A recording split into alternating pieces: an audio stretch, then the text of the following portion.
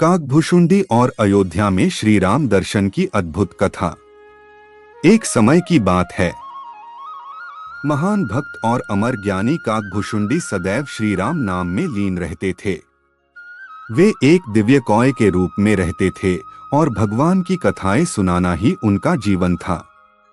कहते हैं कि उन्हें स्वयं भगवान शिव का आशीर्वाद प्राप्त था। लेकिन एक दिन उनके मन में एक प्रश्न उठा, जिस श्री राम को मैं परमब्रह्म मानकर पूजता हूँ, वे वास्तव में कैसे हैं? क्या उनका बाल रूप भी उतना ही दिव्य है जितना उनका विराट स्वरूप?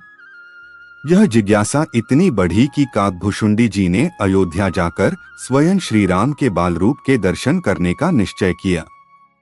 अयोध्या नगरी का अद्भुत दृश्य। जब काकभुशुंडी जी अयोध्या पहुंचे, तब पूरी नगरी दिव्य प्रकाश से चमक रही थी। हर गली में वेद मंत्रों की ध्वनि गूंज रही थी। महलों से सुगंधित पुष्पों की वर्षा हो रही थी। उन्होंने देखा कि महाराज दशरथ के महल में आनंद का वातावरण है। कारण था बालक श्री राम की मधुर लीलाएं। काकभुशुंडी जी कौए का रूप धारण करके महल की छत पर जा बैठे। तभी उन्होंने देखा, छोटे से बालक श्री राम घुटनों के बल चल रहे हैं। कभी हंसते हैं, कभी माता कौशल्या की ओर दौड़ते हैं। उनके मुख की मुस्कान देखकर काकभुशुंडी जी मंत्रमुग्ध हो गए। जब श्री राम ने पकड़ लिया काकभुशुंडी को, काकभुशुंडी जी मन ही मन सोचने लगे, क्या यह सचमुच वही परमब्रह्म हैं, जिनकी महिमा वेद भी नहीं गा पाते? तभी बालक राम ने उनकी ओर देखा और मुस्कुरा दिए।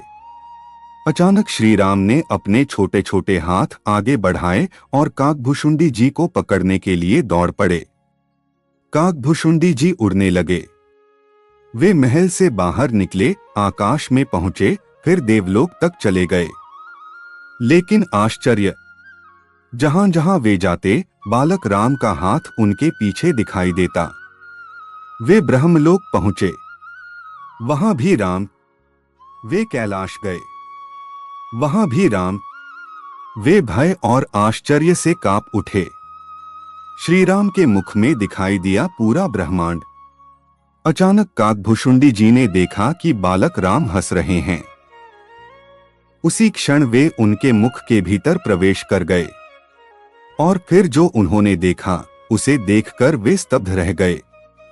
उन्होंने श्री राम के मुख के भीतर अनगिनत ब्रह्मांड देखे। सूर्य, चंद्रमा, पर्वत, समुद्र, देवता, ऋषि, सब कुछ। यहां तक कि उन्होंने स्वयं को भी देखा, जो राम कथा सुना रहे थे। अब उनका सारा संशय समाप्त हो चुका था। वे समझ गए, श्री राम कोई साधारण बालक नहीं, स्वयं परमब्रह्म हैं। पूरा सृष्टि जगत उन्हीं में समाया है। भगवान शिव का रहस्य। कथा कहती है कि बाद में भगवान शिव ने माता पार्वती को यह रहस्य बताया कि काकभुशुंडी जी संसार के उन दुर्लभ भक्तों में हैं, जिन्हें श्री राम की अनंत माया और परम स्वरूप दोनों के दर्शन हुए। इसी कारण उन्हें अमर ज्ञान प्राप्त हुआ।